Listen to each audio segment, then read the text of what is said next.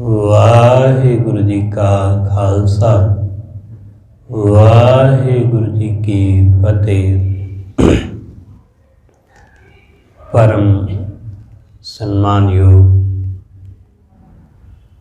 सतगुरां दे हजूर जुड़ मिल बैठे रब रूप गुरमुख सत्संगी जन, सतगुरु जी की अपार बख्शिश महरामत दा सदका गुरु दर ते जुड़न दा सुभाग समा नसीब होया। सतगुरु जी की इलाही बाणी दा कीर्तन आप जी ने श्रवण किया। सतगुरु जी दे दर जुड़ के वाहिगुरु नाल जुड़न दा निमाणा जिहा यतन उपराला कर रहे हैं। सतगुरु रहमत करदे समझाउंदे ने। सतगुरु कहंदे भाई वाहिगुरु दी बंदगी बिना एक भी साह वो गुजरे ना। सतगुरु कहंदे जद तक इस शरीर विच साह चलदे ने, जद तक ये शरीर तुरिया फिरदा काम धंधे करदा जी रहा, तदों तक उस वाहिगुरु नूं सिमर। सतगुरु आखदे कर बंदे तू बंदगी जिचर घट मैं साह, कि जद तक इस शरीर विच साह चलदा है उदों तक उस वाहिगुरु नूं सिमरदा रहो। सतगुरु कहंदे कदे विसार ना, कदे अपने मन विचों उस नूं भुला ना। वो वाहिगुरु जिहड़ा मां दे गर्भ विच भी साडी रखिया करदा है, वो वाहिगुरु जिहड़ा हर समय हर जगह साडे नाल खड़ोंदा है, साडा सहाई बनदा है, जिहड़ा कदे साडी घालना नूं साडे वल्लों कीते किसी कारज नूं बेअर्थ नहीं जाण दिंदा, जिहड़ा हमेशा साडे कीते दी कदर पाउंदा है, जिन्हों गुरु अर्जन देव महाराज कहंदे कि सो क्यों विसरै जे घाल ना भानै। जिहड़ा साडी घाल नूं साडे वल्लों कीती घालना, कोई मेहनत कोई यतन कीता, वो उस यतन नूं उस मेहनत नूं बेअर्थ नहीं जाण दिंदा, वो उहदी भी कदर पाउंदा है। इसलिए वाहिगुरु जैसा कदरदान होर कोई नहीं। वो साडे कीते नूं कदे इग्नोर नहीं करदा, वो हमेशा साडे उपर दया करदा है। वो हमेशा सानू अपने चरनां नाल जोड़दा है, अपने गल ला लैंदा है। इस करके सतगुरु कहंदे वो वाहिगुरु विसरे ना कदे, वो कदे भुले ना, चाहे कुछ भी हो जावे। सतगुरु कहंदे चाहे सुख मिले तैनूं ते चाहे दुख मिले, चाहे दुनिया वल्लों मान मिले चाहे अपमान मिले, चाहे कोई प्यार देवे ते चाहे कोई तैनूं नफरत देवे। सतगुरु कहंदे चाहे कोई तेरी खुशी देख के सुख देख के खुश होवे ते चाहे कोई तेरे नाल ईर्षा करे, तू उस वाहिगुरु नूं ना विसार, उस परमेश्वर नूं ना भुला। वो वाहिगुरु वो तेरे हिरदे विच वसे, उहदी बंदगी कर।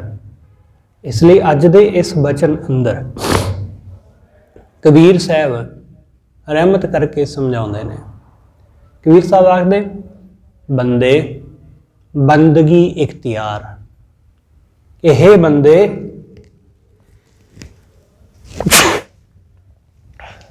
तू उस खुदा दी बंदगी धारण कर, उस खुदा दी बंदगी कबूल कर।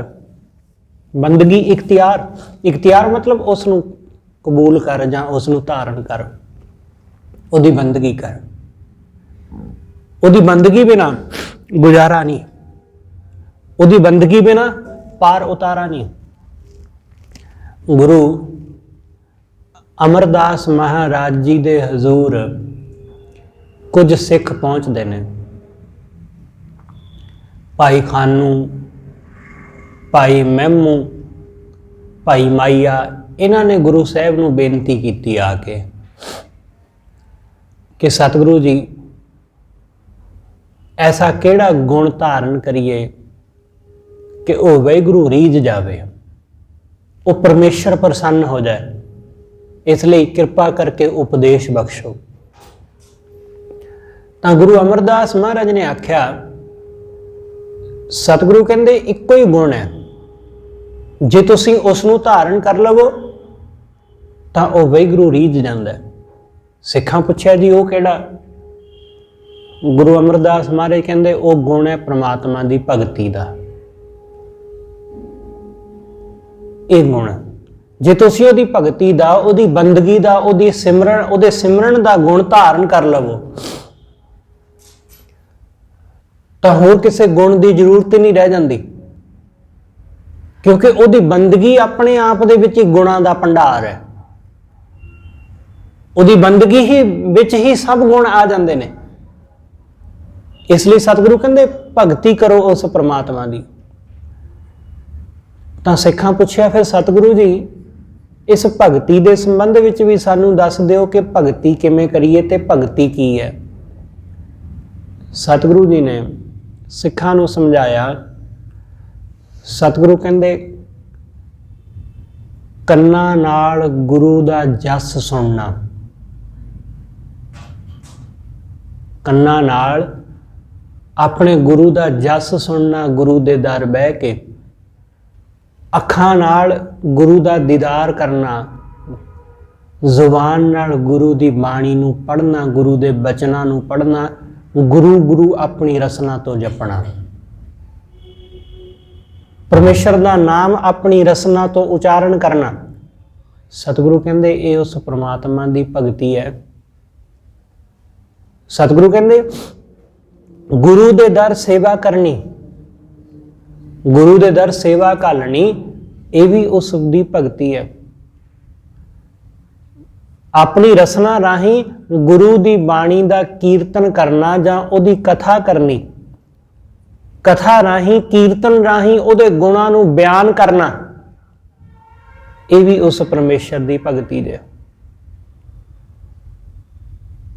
ਸਤਿਗੁਰੂ ਕਹਿੰਦੇ ਗੁਰਸਿੱਖਾਂ ਦੀ ਸੇਵਾ ਕਰਨੀ, ਇਹ ਵੀ ਉਸ ਪਰਮੇਸ਼ਰ ਦੀ ਭਗਤੀ ਵਿੱਚ ਆਉਂਦਾ ਹੈ।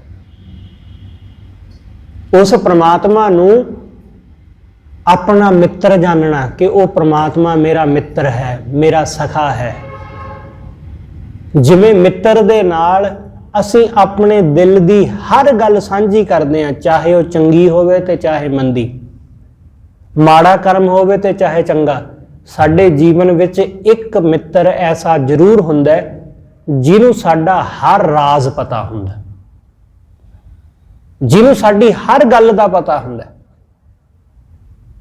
ਸਤਿਗੁਰੂ ਕਹਿੰਦੇ ਉਸ ਪ੍ਰਮਾਤਮਾ ਨੂੰ ਆਪਣਾ ਐਸਾ ਮਿੱਤਰ ਜਾਣੋ ਕਿ ਜਿਹਨੂੰ ਤੁਹਾਡਾ ਹਰ ਰਾਜ਼ ਪਤਾ ਹੈ, ਜਿਹਨੂੰ ਤੁਹਾਡੇ ਦਿਲ ਦੀ ਹਰ ਗੱਲ ਦਾ ਪਤਾ ਹੈ। ਇਸ ਲਈ ਉਹ ਮਿੱਤਰ ਹਰ ਥਾਂ ਸਹਾਈ ਹੁੰਦੇ ਨੇ। ਜਿਵੇਂ ਕੋਈ ਯਾਰ ਹੁੰਦੇ ਨੇ, ਉਹ ਹਰ ਮੁਸੀਬਤ ਵਿੱਚ ਬੰਦੇ ਦਾ ਸਾਥ ਦਿੰਦੇ, ਇਸੇ ਤਰ੍ਹਾਂ ਉਹ ਪ੍ਰਮਾਤਮਾ ਹਰ ਜਗ੍ਹਾ ਬੰਦੇ ਦਾ ਸਾਥ ਦਿੰਦਾ, ਉਹ ਹਰ ਥਾਂ ਨਿਭਦਾ। ਇਸ ਕਰਕੇ ਸਤਿਗੁਰੂ ਕਹਿੰਦੇ ਉਸ ਵਾਹਿਗੁਰੂ ਨੂੰ ਆਪਣਾ ਸਹਾਈ ਜਾਣਨਾ, ਉਹਨੂੰ ਆਪਣਾ ਸਖਾ ਜਾਣਨਾ ਕਿ ਉਹ ਮੇਰਾ ਸਖਾ, ਉਹ ਮੇਰਾ ਮਿੱਤਰ ਹੈ, ਉਹ ਮੇਰਾ ਪਿਆਰਾ ਹੈ। ਸਤਿਗੁਰੂ ਕਹਿੰਦੇ ਇਹ ਵੀ ਉਸ ਪ੍ਰਮਾਤਮਾ ਦੀ ਭਗਤੀ ਹੈ। ਸਤਿਗੁਰੂ ਨੇ ਸਮਝਾਇਆ ਸਿੱਖਾਂ ਨੂੰ। ਸਤਿਗੁਰੂ ਕਹਿੰਦੇ ਭਾਈ ਪ੍ਰਮਾਤਮਾ ਨੂੰ ਪਤੀ ਜਾਣਨਾ ਤੇ ਖੁਦ ਨੂੰ ਪ੍ਰਮਾਤਮਾ ਦੀ ਇਸਤਰੀ, ਕਿ ਮੈਂ ਉਸ ਪ੍ਰਮਾਤਮਾ ਦੀ ਇਸਤਰੀ ਹਾਂ, ਮੈਂ ਉਸ ਪ੍ਰਮਾਤਮਾ ਦੀ ਪਤਨੀ ਹਾਂ ਤੇ ਉਹ ਪ੍ਰਮਾਤਮਾ ਮੇਰਾ ਪਤੀ। ਜਿਵੇਂ ਇੱਕ ਇਸਤਰੀ ਉਹ ਪਤੀ ਦੀ ਆਗਿਆ ਦੇ ਵਿੱਚ ਰਹਿੰਦੀ ਹੈ, ਪਤੀ ਬ੍ਰਤਾ ਇਸਤਰੀ ਪਤੀ ਦੀ ਆਗਿਆ ਵਿੱਚ ਚੱਲਦੀ, ਪਤੀ ਜੋ ਵੀ ਕਮਾ ਕੇ ਲਿਆਵੇ ਖੁਸ਼ੀ ਖੁਸ਼ੀ ਪ੍ਰਵਾਨ ਕਰਦੀ, ਉਹ ਜੋ ਕਹੇ ਉਹ ਕਰਦੀ ਹੈ। ਉਹ ਆਪਣੇ ਘਰ ਨੂੰ ਸੰਭਾਲਦੀ, ਆਪਣੇ ਪਰਿਵਾਰ ਨੂੰ ਸੰਭਾਲਦੀ, ਆਪਣੀਆਂ ਜ਼ਿੰਮੇਵਾਰੀਆਂ ਨੂੰ ਸੰਭਾਲਦੀ। ਬਿਲਕੁਲ ਇਸ ਤਰ੍ਹਾਂ ਹੀ ਉਸ ਪ੍ਰਮਾਤਮਾ ਨੂੰ ਪਤੀ ਜਾਣ ਕੇ सब जिम्मेवारियां नूं संभालना, उहदे भाणे अंदर उहदी रज़ा विच रहना। वो जो भी देवे, सुख देवे तां भी राजी, दुख देवे तां भी राजी। कुछ भी मिले परमात्मा वल्लों, जो भी चीज़ मिले उहनूं खुशी खुशी प्रवान करना। सतगुरु कहंदे ये भी उस परमात्मा की भगती है, ये भी उस परमेश्वर की बंदगी है। सतगुरु जी ने आख्या अपने आप नूं दास समझना अते परमात्मा नूं मालक, कि वो वाहिगुरू मालक है ते असीं उस परमात्मा दे दास, उहदे नौकर हाँ। ते नौकर वो हमेशा मालक की आग्या विच रहिंदा है। मालक जो कहे नौकर दा काम, दास दा काम उसनूं करना है।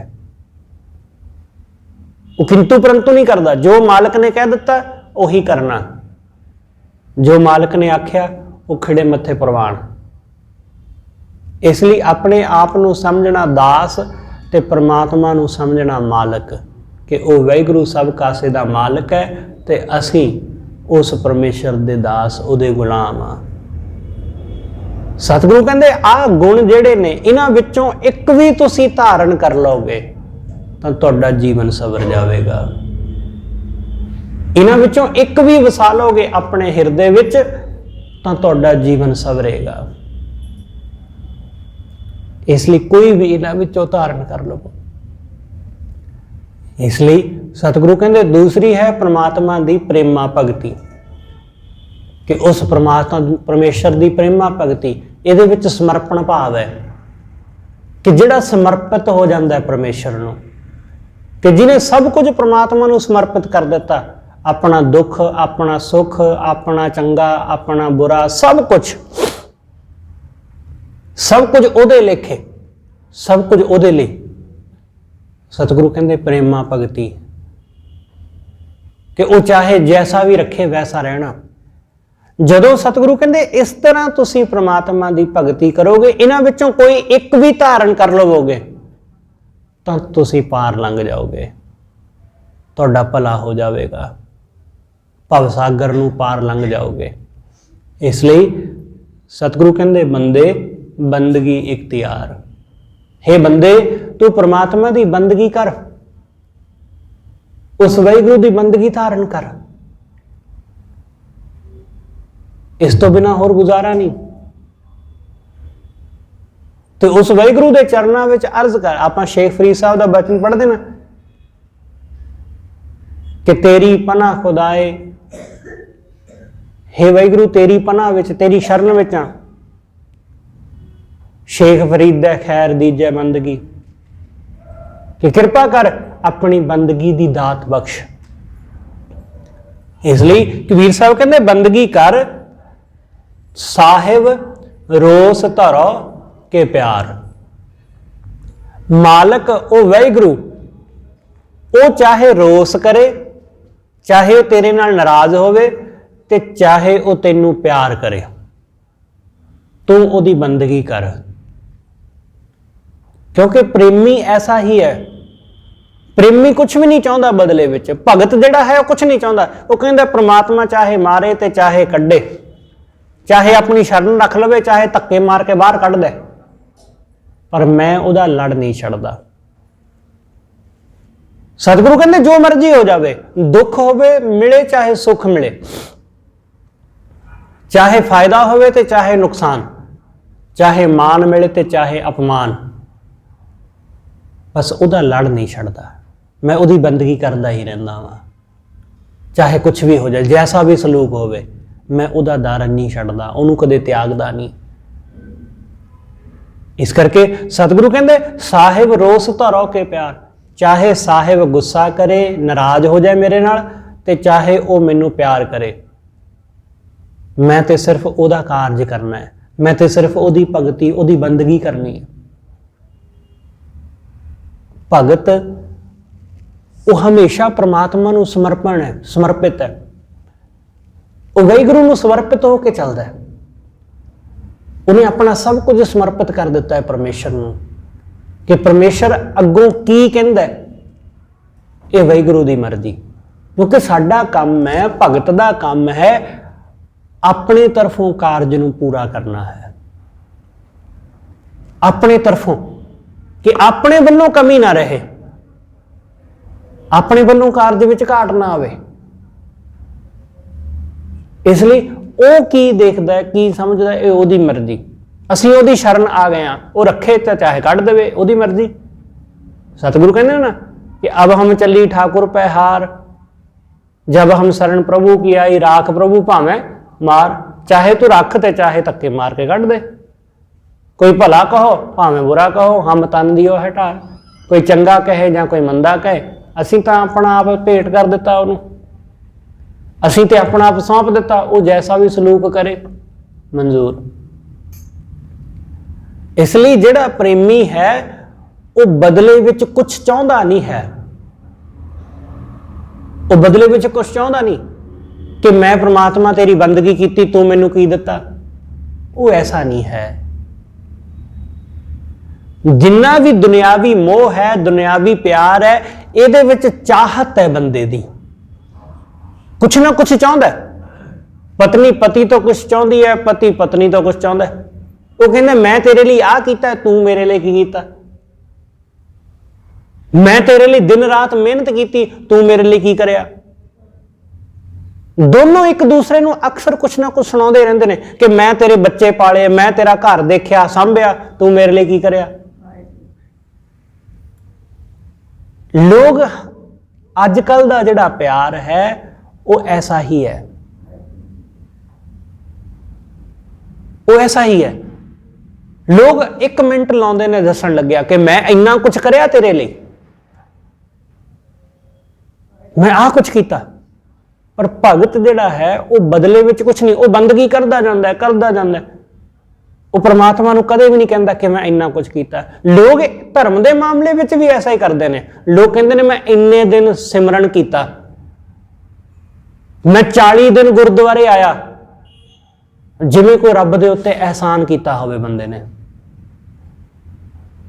लोग कहते मैं 40 दिन सुखमनी साहिब का पाठ किया जी, हुण मेरी कामना पूरी करो, नहीं तो मैं नहीं आउंदा अज तो बाद गुरुद्वारे। ऐसा हुंदा है, लोग नहीं आउंदे।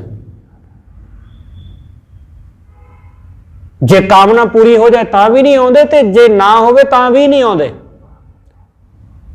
चलीहा कट के मुड़ जांदे ने।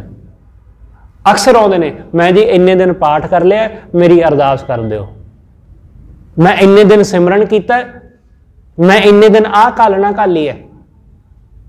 लोग गुस्से हो जाते हैं जे उन्हों की कामना पूरी ना होवे, नाराज हो जाते हैं। वो कहते की करना जी गुरुद्वारे जाके, साडी ते अरदास ही नहीं पूरी हुई, सानू जो चाहिदा सी वो मिलिया ही नहीं, इसलिए छड्डो परां, की रखिया गुरुद्वारे च कुछ नहीं। हाँ जे किते कामना पूरी हो जाती, फिर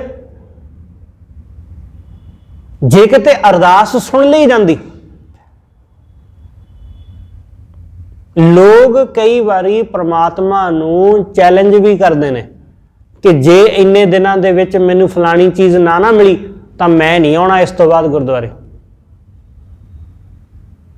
मैं नहीं बढ़ना मुड़ के तेरे दर। लोग इस तरह का चैलेंज भी करते हैं परमात्मा नूं। ऐसे बहुत सारे लोग ने। ते जे उन्हां दी कामना किते भुल भुलेखे पूरी हो जाए, किते उन्होंने वो चीज़ मिल जाए जिहड़ी वो मंगते सन, तो फिर देखो, फिर वो कहते देखिया मेरा भरोसा, देखिया मेरा विश्वास, मेरा कितना अटल विश्वास सी, मेरा कितना अटल भरोसा सी, तो मैनूं चीज़ मिल ही गई। इहदे विच भी वो अपना ही अपने आप नूं ही क्रैडिट दे लैंदे ने।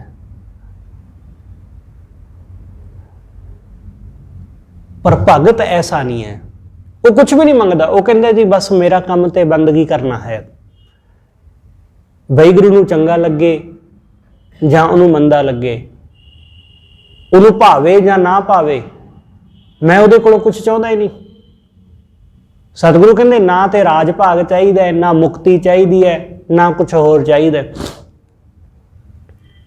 परमात्मा भगत दे वस है ही इस करके। आप कहते कि परमात्मा भगतां दे वस किवें आ जांदा है, साधु दे वस परमात्मा किवें आ जांदा है? क्योंकि साधु उन्हां चीज़ां विच नहीं उलझदा जिन्हां चीज़ां विच आम लोग असीं लोग उलझे हुंदे आ। सानू धीआं पुत्त चाहिए, सानू पैसा चाहिए, सानू चीज़ां चाहिए, सानू कारोबार चाहिए, सानू सो कॉल्ड सुख शांतियां चाहिए, सानू बड़ा कुछ चाहिए। भगत नूं कुछ चाहिए ही नहीं, उन्होंने कुछ भी नहीं चाहिए, उन्होंने सिर्फ परमात्मा चाहिए, इसलिए परमात्मा उहदे वस हो जाता है, वो परमात्मा नूं अपने वस कर लेंदा है। सतगुरु ने तू भगतां के वस भगतां ताण तेरा, कि तू भगतां दे वस विच है। असीं लोग माया दे वस विच हां, असीं चीज़ां दे वस विच हां, धीआं पुत्तां दे वस विच हां। वो जो कहण सानू करना पैंदा है, धीआं पुत्त जो मंगदे ने वो देना पैंदा है, चाहे खुश होकर दईए ते चाहे दुखी होकर। असीं माया दे वस हाँ, माया दे वस विच पए हुए, माया दे वस विच फसे हुए। भगत माया दे झंझट विच नहीं है, उहदे विच उलझदा ही नहीं, इसलिए परमात्मा उहदे वस हो जाता है। उन्हें वाहिगुरू नूं प्रेम दी डोर दे नाल बन्निया होया, इसलिए उहदी बंदगी थोड़े समय वास्ते नहीं है। जिवें साडी बंदगी थोड़े समय वास्ते है ना, कि हाँ ठीक है जी थोड़ी देर सिमर लें, सवेरे शाम रब रब कर लें। भगत की बंदगी ऐसी नहीं, भगत की बंदगी तो हर वेले है, वो तो हर समय वो अपना काम भी करता होवे ते तां भी रब नूं ही सिमरदा है। कबीर साहब अपने घर कपड़ा बुनते ने खड्डी दे उत्ते बैठे, देखने वाले नूं यही लगता है कि कबीर कपड़ा ही बुनी जाता, पर कबीर परमात्मा नूं नाल नाल सिमरदे जांदे ने, वो परमेश्वर नूं ही सिमरदे जांदे ने, वाहिगुरू नूं ही ध्याउंदे जांदे। देखने वाले नूं लगदा कि काम विच उलझिया। यही गल त्रिलोचन जी ने नामदेव जी नूं कही सी कि त्रिलोचन तैनूं ते लोग भगत कहिंदे ने, लोग तैनूं कहिंदे ने कि नामदेव बड़ा वड्डा भगत है, पर तू काहदा भगत है? मैं देख रहा मैं कि तू तो घर के कामां विच उलझिया होया, तू तो काम धंधिਆਂ विच फसिया होया, तू किस गल का भगत हो गया?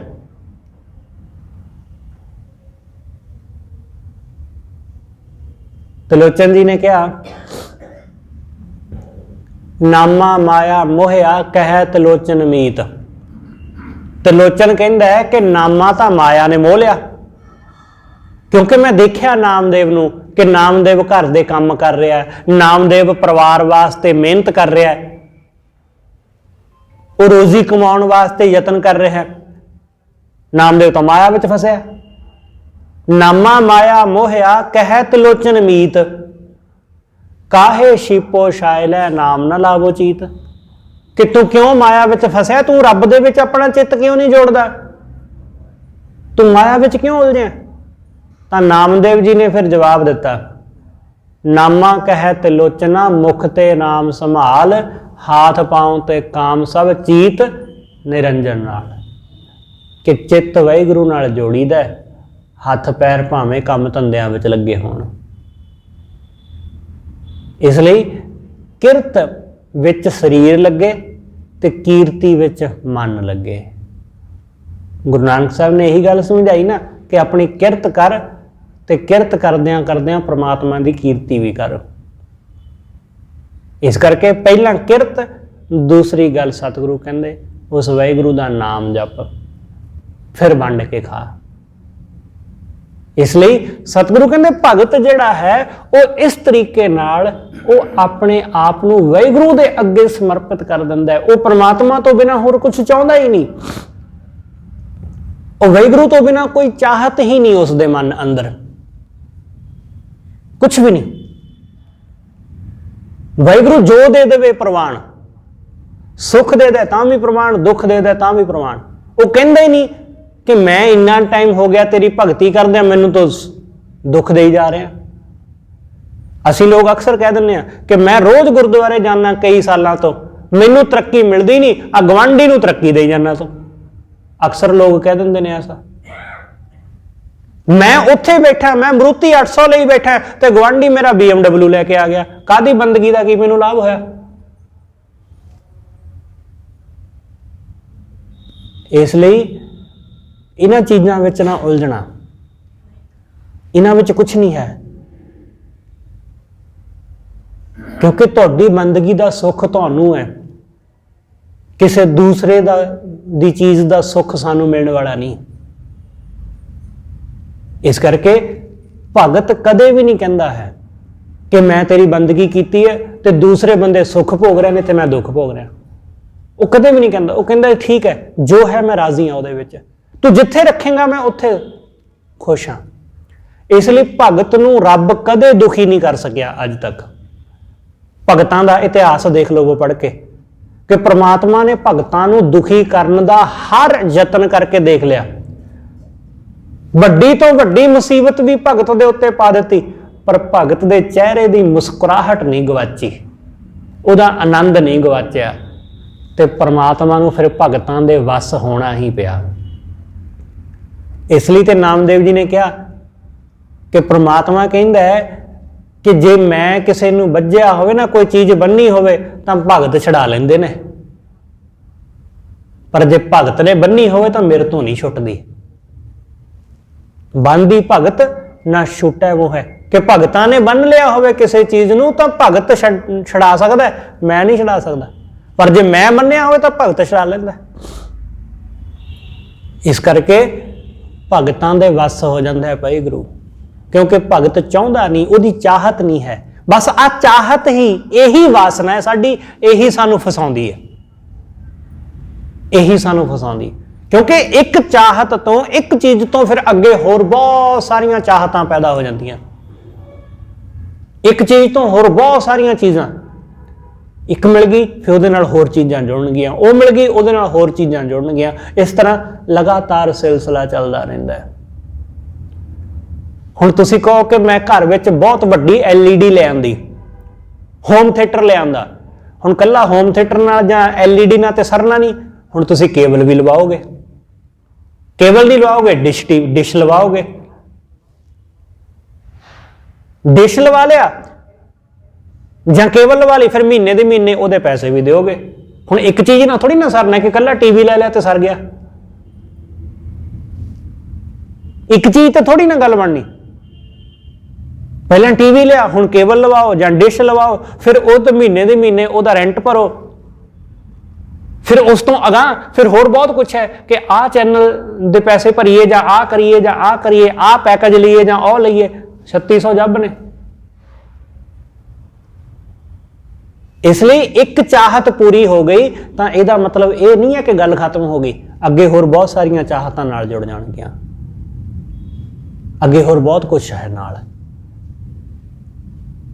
ਇਸ ਲਈ ਇੱਕ ਚੀਜ਼ ਤੋਂ ਗਾਂਹ ਬਹੁਤ ਕੁਛ ਹੋ ਜਾਂਦਾ ਹੈ।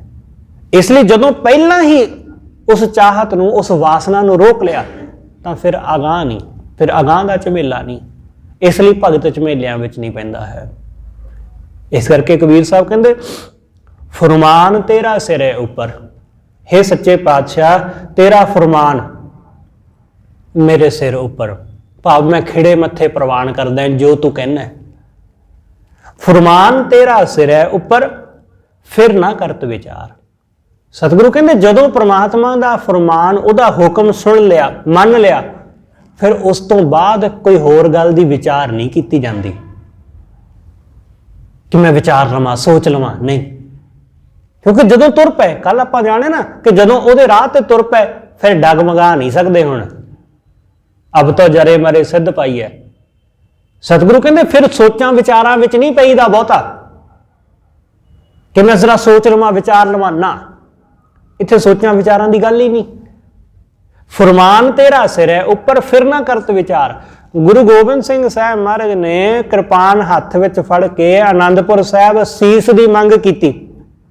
ਜਿਹੜੇ ਲੋਕ ਸੋਚਾਂ ਵਿਚਾਰਾਂ ਵਿੱਚ ਪੈ ਗਏ ਉਹ ਰਹਿ ਗਏ, ਉਹ ਖਾਲੀ ਰਹਿ ਗਏ।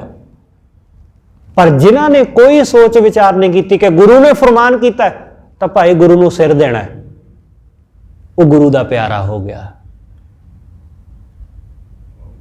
ਉਹ ਗੁਰੂ ਦੇ ਦਰ ਪ੍ਰਵਾਨ ਹੋ ਗਿਆ। ਪਿਆਰਾ ਉਹ ਹੋਇਆ ਜਿਹੜਾ ਸੋਚਾਂ ਵਿਚਾਰਾਂ ਵਿੱਚ ਨਹੀਂ ਪਿਆ।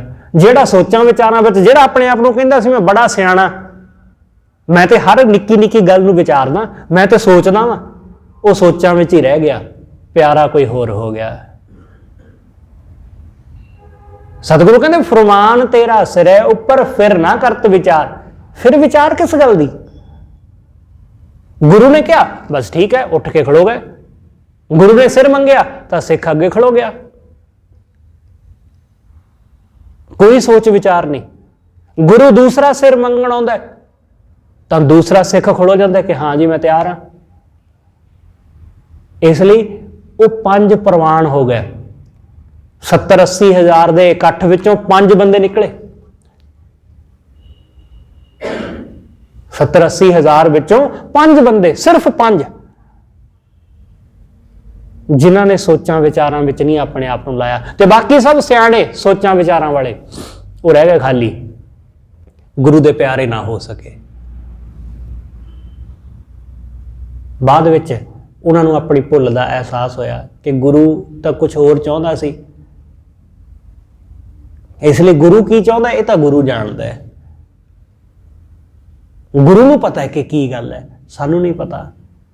ਇਸ ਲਈ ਸਿੱਖ ਦਾ ਕੰਮ ਗੁਰੂ ਦੇ ਫਰਮਾਨ ਨੂੰ ਖਿੜੇ ਮੱਥੇ ਪ੍ਰਵਾਨ ਕਰਨਾ ਹੈ, ਉਹਦੇ ਹੁਕਮ ਨੂੰ ਮੰਨਣਾ ਹੈ। ਕਬੀਰ ਸਾਹਿਬ ਕਹਿੰਦੇ ਗੁਰਮੁਖ ਕਦੇ ਸੋਚਾਂ ਵਿਚਾਰਾਂ ਵਿੱਚ ਨਹੀਂ ਪੈਂਦਾ ਕਿ ਜੋ ਗੁਰੂ ਨੇ ਕਿਹਾ ਬਸ ਠੀਕ ਹੈ ਜੀ। ਤੂੰ ਹੀ ਦਰਿਆ ਤੂੰ ਹੀ ਕਰਿਆ ਤੁਝੇ ਤੇ ਨਿਸਤਾਰ। हे सच्चे पातशाह तू ही दरिया है, तू ही दरिया, तू ही दरिया, तू ही करिया। करिया मतलब मलाह। तू ही दरिया है ते तू ही दरिया दे विचों सानू पार लंघाउण वाला मलाह भी तू है। जिहड़ा किश्ती नूं चलाउण वाला मलाह भी तू है। ते फिर तुझे ते निस्तार, तेरे तो ही साडा निस्तारा है, तेरे तो ही असीं पार लंघांगे। तू ही सानू इस किनारे तो दूसरे किनारे ले जावेगा। ये किनारा भी तेरा, वो किनारा भी तेरा, पानी भी तेरा, दरिया भी तेरा, किश्ती भी तेरी ते मलाह भी तेरा ते मैं भी तेरा। इसलिए तेरे तो ही साडा निस्तारा है, तुझ ही ते मेरो निस्तार, तेरा तेरे तो ही मेरा निस्तार है। इसलिए कबीर साहब कहते बंदे बंदगी इख्तियार। हे बंदे परमात्मा की बंदगी धारण कर, उस परमेश्वर की बंदगी कर। बंदे बंदगी इख्तियार, साहिब रोस धरो के प्यार। भावें परमात्मा गुस्से होवे ते चाहे वो तेनू प्यार करे, वो तेरे नाल नाराज होवे ते चाहे वो तेरे नाल प्यार करे। इसलिए इस गल की फिक्र ना कर दो, वो कदे नाराज हुंदा ही नहीं, ये चेते रखना। वो कदे नाराज नहीं हुंदा साडे नाल, वो कदे गुस्से नहीं हुंदा। कई बारी असीं लोग अणजाणे विच कह बैठे हैं कि परमात्मा की करोपी, वो कदे उहदी करोपी नहीं हुंदी कोई। सानू लगदा ऐसा, पर वो ऐसा है नहीं, क्योंकि असीं लोग माया नाल जुड़े हुए हैं। जदों साडी कोई चीज़ साडे तो खुस जाती है तो सानू लगता है कि रब ने बड़ा कहर किया, पर उहदी की रजा है ये तो वो जानदा ना, उहदा की पाना ये तो उहनूं पता है। सानू करोपी लगती है, सानू जुल्म लगता है, क्योंकि असीं अणजाण आ, असीं वो नहीं देख सकते, देख पाते जो परमात्मा देखता है। वो बहुत दूर तक देखता है, उन्होंने बहुत कुछ पता है जो होने वाला है, सानू नहीं पता। सानू वही पता है जो हो गया, जो साडे सामने हो रहा, सानू यही पता है। अगले पल की होना ये सानू नहीं पता है। इसलिए वो वाहिगुरू जानता है सब कुछ। वो कदे नाराज नहीं होंदा, वो कदे गुस्से नहीं होंदा। पर इस करके कबीर साहब कहते जो गुस्से हो भी जावे, नाराज हो भी जावे तो पिछे ना हट जावे, जरा जा किते वो झिड़क भी देवे तो डर ना जाई। इसलिए वो जे जांदियां ही घुट के गल ला लवे तां भी घबरा ना जाई, क्योंकि असी लोग ऐसे हैं, सानू सुख मिले असी तां भी घबरा जाने, सानू दुख मिले असी तां भी घबरा जाने। बंदे नूं घाटा पै जाए ना लखां दा तां भी उहदी मौत हो जाती है, ते जे किते करोड़ां दी लॉटरी निकल आए तां भी मर जांदा जे सदमे नाल। ਦੋਨਾਂ 'ਚ ਹੀ ਮਰ ਜਾਂਦਾ ਹੈ, ਘਾਟੇ 'ਚ ਵੀ ਤੇ ਵਾਧੇ ਵਿੱਚ ਵੀ। ਕਿਉਂਕਿ ਲੋੜ ਤੋਂ ਵੱਧ ਸੁੱਖ ਵੀ ਬੰਦੇ ਤੋਂ ਸਹਿਆ ਨਹੀਂ ਜਾਂਦਾ ਤੇ ਲੋੜ ਤੋਂ ਵੱਧ ਦੁੱਖ ਵੀ ਨਹੀਂ ਸਹਿਆ ਜਾਂਦਾ। ਕਿਸੇ ਨੂੰ ਲੋੜ ਤੋਂ ਵੱਧ ਸਤਿਕਾਰ ਦੇ ਦਿਓ, ਉਹਦੇ ਤੋਂ ਉਹ ਵੀ ਬਰਦਾਸ਼ਤ ਨਹੀਂ ਹੁੰਦਾ, ਤੇ ਕਿਸੇ ਨੂੰ ਬਹੁਤ ਜ਼ਿਆਦਾ ਬੇਇੱਜ਼ਤੀ ਸਹਿਣੀ ਪੈ ਜਾਵੇ ਤਾਂ ਵੀ ਮਰ ਜਾਂਦਾ।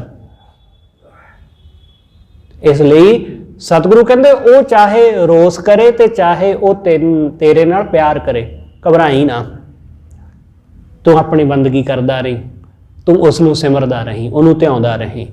ਰਹਾਓ ਨਾਮ ਤੇਰਾ ਆਧਾਰ ਮੇਰਾ ਜਿਉਂ ਫੂਲ ਜਈ ਹੈ ਨਾਰ। हे ਸੱਚੇ ਪਾਤਸ਼ਾਹ, ਤੇਰਾ ਨਾਮ ਜਿਹੜਾ ਉਹ ਮੇਰੇ ਜੀਵਨ ਦਾ ਆਧਾਰ ਹੈ। ਜਿਵੇਂ ਇੱਕ ਫੁੱਲ ਜੀ ਪੈਂਦਾ, ਫੂਲ ਜਈ ਹੈ, ਜਿਵੇਂ ਫੁੱਲ ਜੀ ਪੈਂਦਾ।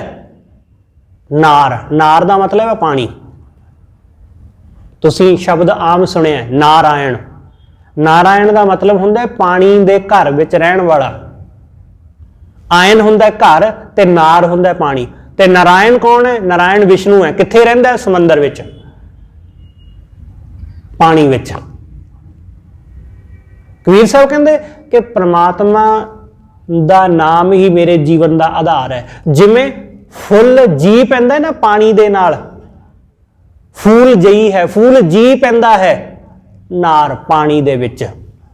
ਬਿਲਕੁਲ ਇਸੇ ਤਰ੍ਹਾਂ ਮੈਂ ਜੀ ਪੈਂਦਾ ਵਾਂ ਜਦੋਂ ਤੇਰੇ ਚਰਨਾਂ ਦਾ ਆਸਰਾ ਮਿਲਦਾ ਮੈਨੂੰ, ਜਦੋਂ ਤੇਰੇ ਨਾਮ ਦਾ ਪਾਣੀ ਮਿਲਦਾ ਤਾਂ ਮੈਂ ਜੀ ਪੈਂਦਾ ਵਾਂ। ਕਬੀਰ ਗੁਲਾਮ ਕਹਿ, ਕਬੀਰ ਗੁਲਾਮ ਘਰ ਕਾ। ਕਬੀਰ ਸਾਹਿਬ ਕਹਿੰਦੇ ਮੈਂ ਵਾਹਿਗੁਰੂ ਦੇ ਘਰ ਦਾ ਗੁਲਾਮ, ਮੈਂ ਉਹਦੇ ਦਰ ਦਾ ਸੇਵਕ। ਕਹਿ ਕਬੀਰ ਗੁਲਾਮ ਘਰ ਕਾ ਜਿਆਏ ਭਾਵੇਂ ਮਾਰ। ਚਾਹੇ ਤੂੰ ਮੈਨੂੰ ਜਿਵਾ ਤੇ ਚਾਹੇ ਮਾਰ,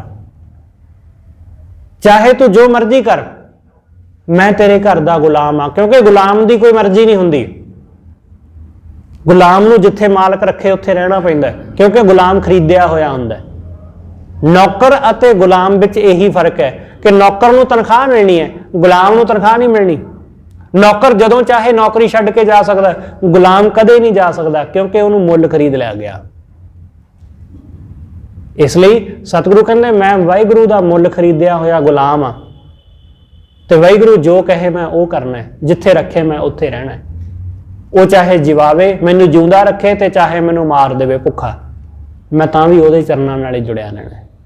ਜਿਆਏ ਭਾਵੇਂ ਮਾਰ, ਚਾਹੇ ਮੈਨੂੰ ਜਿਵਾ ਤੇ ਚਾਹੇ ਮੈਨੂੰ ਮਾਰ ਦੇ, ਮੈਂ ਤੇਰਾ ਦਰ ਨਹੀਂ ਛੱਡਦਾ। ਸਤਿਗੁਰੂ ਰਹਿਮਤ ਕਰੇ। ਐਸਾ ਭਾਣਾ ਮੰਨਣ ਦਾ ਬਲ ਸਤਿਗੁਰੂ ਸਾਨੂੰ ਸਾਰਿਆਂ ਨੂੰ ਬਖਸ਼ੇ ਕਿ ਉਸ ਵਾਹਿਗੁਰੂ ਦੀ ਰਜ਼ਾ, ਉਹਦੇ ਭਾਣੇ ਅੰਦਰ ਹਮੇਸ਼ਾ ਅਸੀਂ ਚੱਲਦੇ ਰਹੀਏ। ਹੋਈਆਂ ਭੁੱਲਾਂ ਲਈ ਖਿਮਾ ਸਤਿਗੁਰੂ ਦੀ, ਅਤੇ ਆਪ ਸਰਬੱਤ ਸੰਗਤ ਬਖਸ਼ਣਯੋਗ। ਭੁੱਲਾਂ ਨਾ ਚਤਾਰਦੇ ਹੋਏ ਆਖੋ ਜੀ ਵਾਹਿਗੁਰੂ ਜੀ ਕਾ ਖਾਲਸਾ, ਵਾਹਿਗੁਰੂ ਜੀ ਕੀ ਫਤਿਹ।